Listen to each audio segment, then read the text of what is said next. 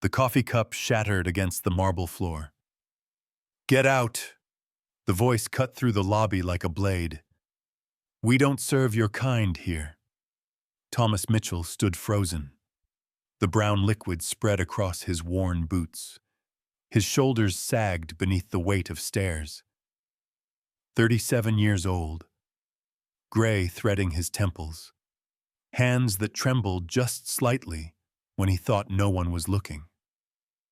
The hotel manager's face twisted with disgust. "You heard me? Security!"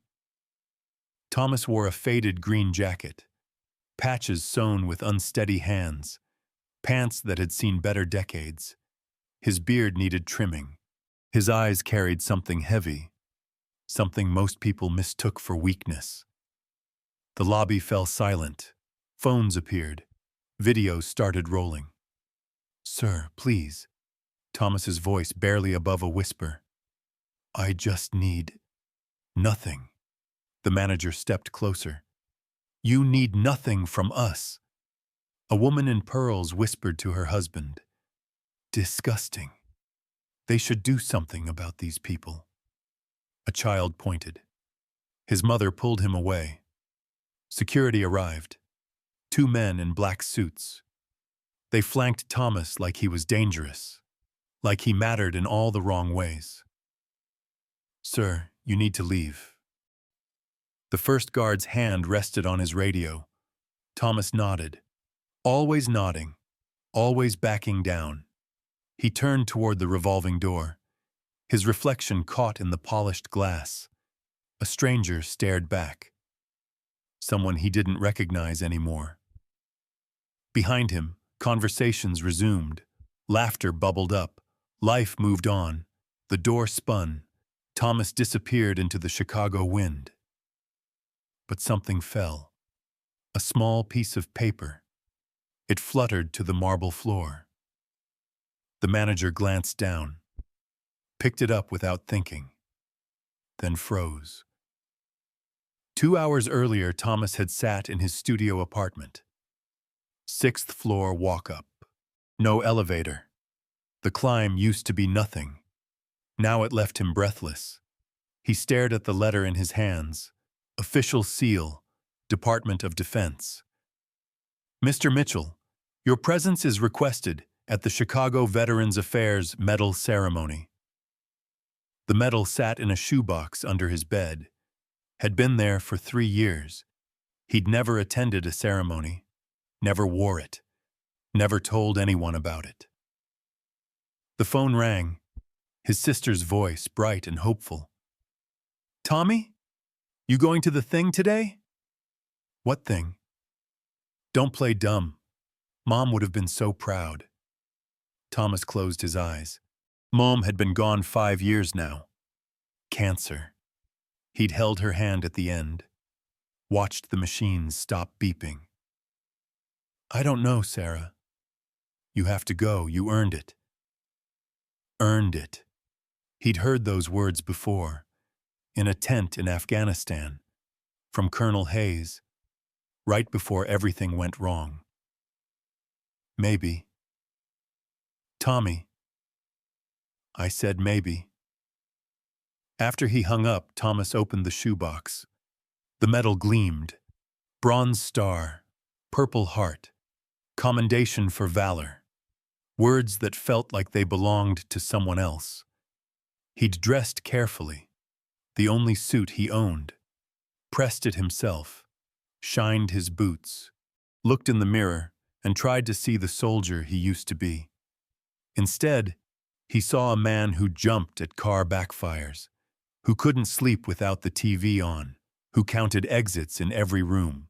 The hotel was supposed to be a stop, just to use the bathroom, clean up before the ceremony, look presentable. Instead, it became another reminder of what he was now, what he'd lost. The video went viral in 3 hours. Homeless vet kicked out of fancy hotel.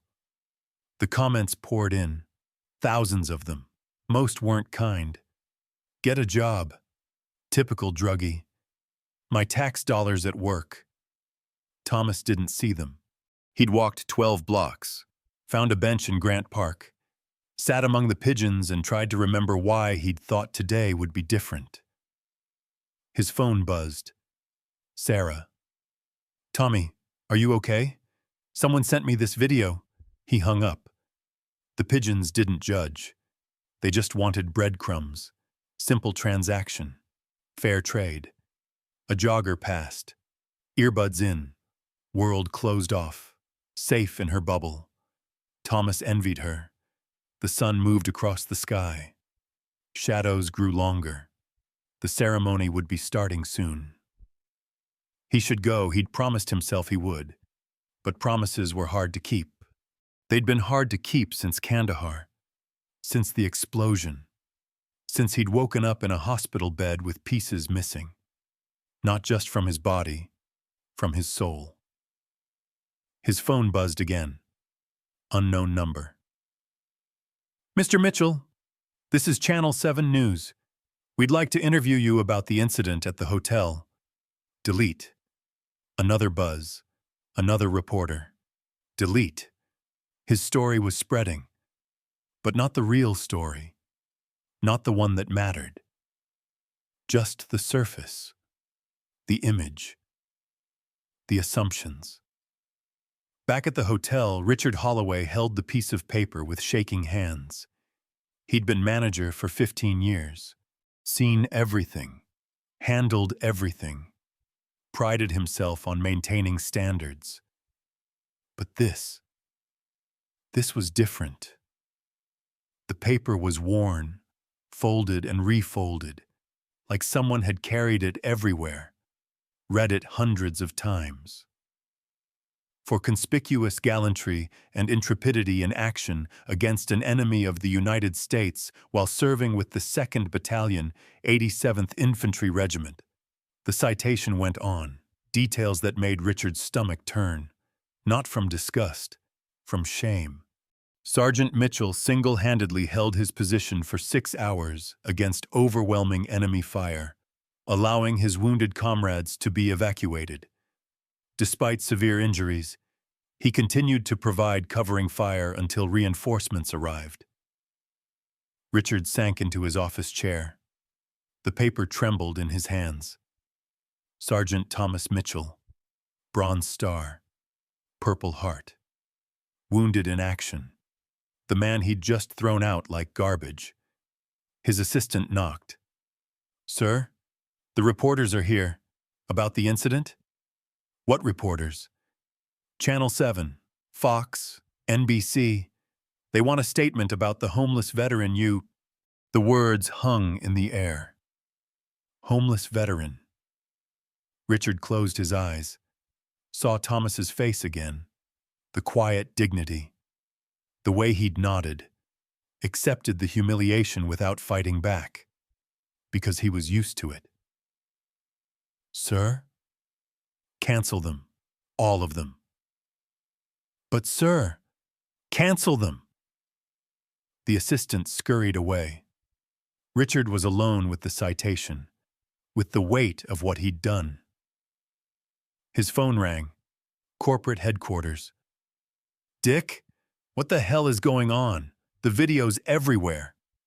Richard stared at the paper, at words like valor and sacrifice and above and beyond. "I made a mistake. Fix it. Fast. Before this gets worse." The line went dead. Richard stood, straightened his tie.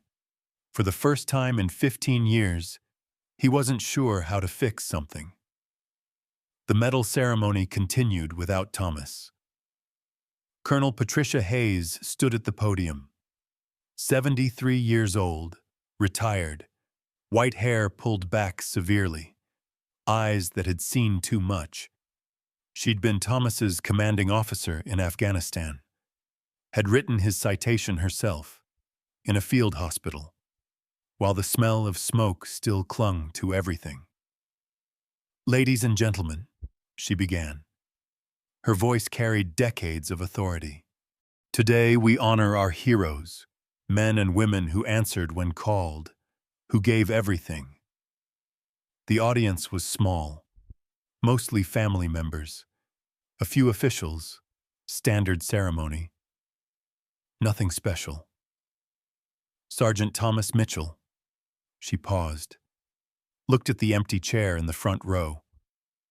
Bronze Star recipient. Purple Heart. Wounded in action. Murmurs rippled through the crowd. Where was he? Colonel Hayes had gotten the call 30 minutes ago.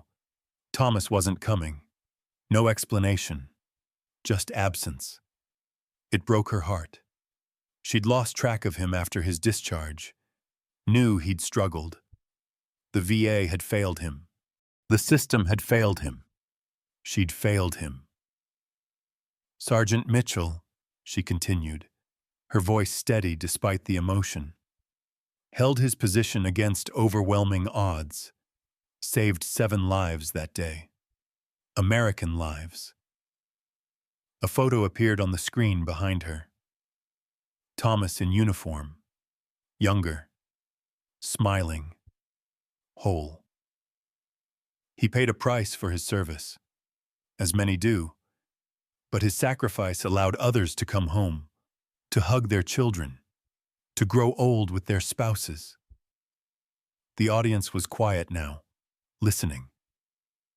Heroes don't always wear capes, Colonel Hayes said. Sometimes they wear old jackets. Sometimes they struggle. Sometimes they fall through the cracks. Her phone buzzed. A text from her aide. Colonel, you need to see this video. She glanced down, saw the hotel footage, saw Thomas. Recognized him instantly despite the years, despite the wear. Her jaw tightened. Ladies and gentlemen, she said, her voice changing, getting harder. We have a situation to address. Thomas was feeding pigeons when the cars arrived. 3 black SUVs, government plates. They pulled up to the park like a presidential motorcade. He didn't run. Running was for people with somewhere to go. Colonel Hayes stepped out of the lead vehicle. Thomas recognized her instantly. The posture, the presence, the way she made the world sit up and pay attention. She was older now, gray instead of brown, lines around her eyes, but still formidable. Sergeant Mitchell. Thomas stood, military bearing returning automatically, muscle memory. Ma'am. You missed your ceremony. Yes, ma'am. She approached slowly, like he might bolt, like he was something fragile. I saw the video. Thomas's shoulders sagged. Of course she had. Everyone had. Ma'am, you have nothing to apologize for. Her voice cut through the park noise. Pigeons scattered. Nothing. Behind her, Thomas noticed the reporters. Cameras. A crowd gathering. I should go. No. Colonel Hayes stepped closer. You should stay. You should hear what I have to say. She turned to face the cameras, the crowd, the world. My name is Colonel Patricia Hayes, United States Army, retired. The man standing behind me is Sergeant Thomas Mitchell, war hero, Medal of Honor recipient. Thomas startled. Ma'am, I never... You're receiving it today. Posthumously, we thought. Because we lost track of you. Because the system failed you. The crowd pressed closer. Phones out. Recording everything. 3 years ago, Sergeant Mitchell's actions in Afghanistan were reviewed. His Bronze Star was upgraded to the Medal of Honor, the highest military decoration. Thomas's knees went weak, but he never knew, because he was struggling, because he was homeless, because we forgot that heroes sometimes need help. Colonel Hayes's voice rose, carried across the park. This morning, Sergeant Mitchell was humiliated, thrown out of a hotel, treated like trash. Her eyes found the news cameras. By people who owe their freedom to men like him. The crowd murmured, shifted uncomfortably. 7 men are alive today because Sergeant Mitchell held his position. 7 fathers, husbands, sons, they're coaching Little League, walking daughters down aisles, growing old with their wives. She paused. Let it sink in. Because one man refused to quit, refused to abandon his post, even when it cost him everything. Richard Holloway pushed through the crowd, still in his hotel uniform, face pale. Excuse me. Please. I need to. He reached the inner circle, saw Thomas, saw Colonel Hayes. Sir, he addressed Thomas directly, voice shaking. I'm Richard Holloway, manager of the Continental Hotel. Thomas nodded, said nothing. I came to apologize. I found this. Richard held up the citation, the worn paper. After you left, I found this. Colonel Hayes took the paper, recognized it immediately. You carry this with you? Thomas nodded. Always. Why? The question hung in the air. Thomas looked at the ground, at his boots, at anything but the cameras. To remember, he said finally. Who I used to be. The crowd was silent now. Even the pigeons had stopped moving. Sir, Richard continued, addressing Thomas, I judged you based on appearance, based on assumptions. I was wrong. He turned to the cameras, to the crowd. This man is a hero, a decorated veteran, and I treated him like garbage. His voice broke. I'm ashamed of myself, of what I did. Colonel Hayes stepped forward. Mr. Holloway, your apology is noted, but Sergeant Mitchell doesn't need your validation. He never did. She faced Thomas. Son, you've been carrying that citation for 3 years, trying to remember who you were. Her voice softened. But I'm here to tell you something. You never stopped being that man. Thomas looked up, met her eyes. The man who held that position in Afghanistan?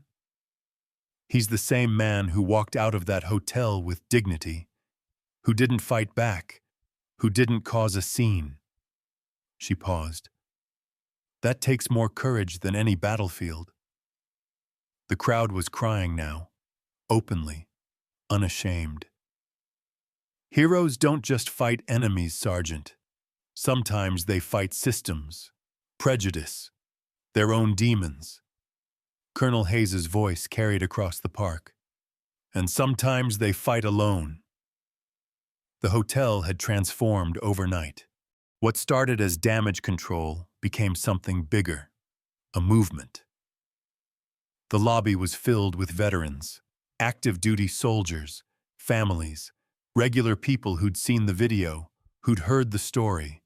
They came to show support, to bear witness, to say the words that needed saying.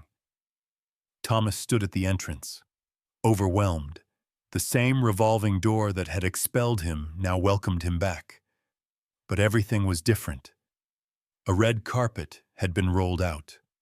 Not for show, for respect. Richard Holloway waited inside. No longer the arrogant manager. Something had broken in him. Something important. Mr. Mitchell, he said, as Thomas entered. Welcome home. The lobby erupted in applause, a standing ovation that seemed to go on forever. Thomas stood frozen, uncertain. This felt like too much, like a mistake. Colonel Hayes appeared at his side. They're not clapping for you, she said quietly. They're clapping for everyone like you. Every veteran who's been overlooked, forgotten, discarded. She guided him forward, through the crowd, to a small stage that had been set up. Ladies and gentlemen, her voice boomed through the PA system. The President of the United States has asked me to present this Medal of Honor to Sergeant Thomas Mitchell. The box was small, velvet, simple. Inside was America's highest military honor, the medal he'd earned but never received. For conspicuous gallantry and intrepidity at the risk of his life above and beyond the call of duty. Thomas's hands shook as Colonel Hayes placed the ribbon around his neck. The weight was different than he'd expected. Not heavy, but significant. "There's more," she said. Another man stepped forward. Uniform crisp. Young face, masoon, serious eyes. "Sergeant Mitchell, I'm Captain Rodriguez, 2nd Battalion, 87th Infantry. Your old unit." Thomas recognized the insignia. His unit. His family. "Sir, I have a message from the men you saved." Captain Rodriguez unfolded a letter. His voice carried across the silent lobby. "Dear Sarge, we heard what happened, what they did to you, what the world forgot." He paused. "But we never forgot. Not for one day." The letter continued. 7 signatures. 7 men who'd lived because Thomas refused to quit. "We're successful because you gave us the chance. We're fathers because you held that line. We're alive because you chose to stay." Thomas was crying now, openly, without shame. "We love you, Sarge. Always have, always will. Thank you for bringing us home." The story exploded across social media. But this time, the narrative was different. Respect. Our veterans trended worldwide. Hotels, restaurants, businesses pledged support. The VA announced new programs. Congress promised hearings. But Thomas barely noticed. He was busy. The Continental Hotel had offered him a job. Head of Veteran Outreach. A salary, benefits, an apartment. He'd accepted. Not for the money, for the purpose. His first day, Thomas stood in the same lobby where he'd been humiliated. Wearing a suit now, clean-shaven, but still carrying the citation. Some habits were worth keeping. A young veteran approached. Dirty, tired, hopeful but trying not to show it. "Sir, I heard you help people like me." Thomas smiled, extended his hand. "What's your name, soldier?" "Martinez, Army. 2 tours Iraq." "Welcome home, Martinez. Let's get you cleaned up." As they walked toward the elevator, Thomas caught his reflection in the polished doors. The stranger was gone. In his place stood someone familiar. A soldier. A hero. A man who'd found his way home. 6 months later, Thomas stood at another podium. Another ceremony. But this one was different. This one was his.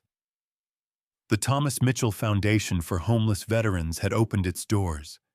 The first of many planned locations. Corporate sponsors lined up. Government backing secured. Public support unwavering. All because a coffee cup had shattered on a marble floor. Because a video had gone viral. Because one woman had refused to let a hero disappear. Colonel Hayes sat in the front row. Proud. Satisfied. Her mission finally complete. Richard Holloway was there too. His hotel now led the city in veteran hiring. His lobby displayed a permanent memorial. His life forever changed by one moment of recognition.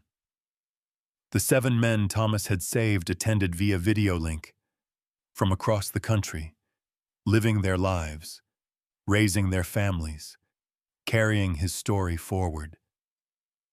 Thomas looked out at the crowd, saw faces of every color, every background, every story, united by something simple, something powerful. Respect. Ladies and gentlemen, he began, his voice steady now, strong. Heroes aren't born, they're made, by choices, by moments, by refusing to quit when quitting would be easier. He paused, touched the metal at his throat. But heroes are also made by recognition, by someone seeing worth where others see worthlessness, by communities that refuse to let their guardians fall through the cracks. The applause started softly, built slowly, became thunderous. Thomas smiled, not the hesitant smile of a broken man, but the confident expression of someone who'd found his purpose. Today, we open our doors, not just to provide shelter, but to provide something more important. His voice carried across the room. Dignity, respect, the recognition that every person who wore our uniform deserves. Outside, it started to rain, but inside, the warmth was overwhelming. Heroes, Thomas had learned, came in many forms. Sometimes they wore medals. Sometimes they wore management suits and made hard apologies. Sometimes they wore colonel's insignia and refused to forget. And sometimes they wore old green jackets and carried worn citations and fed pigeons in parks while the world walked by. Until the world decided to stop, to look, to see, to remember that beneath every uniform, worn or discarded, honored or forgotten, beat the heart of someone who'd answered when called. Someone who deserved better. Someone who deserved to come home. The ovation continued. Thomas stood tall, no longer invisible, no longer forgotten. Finally, truly home.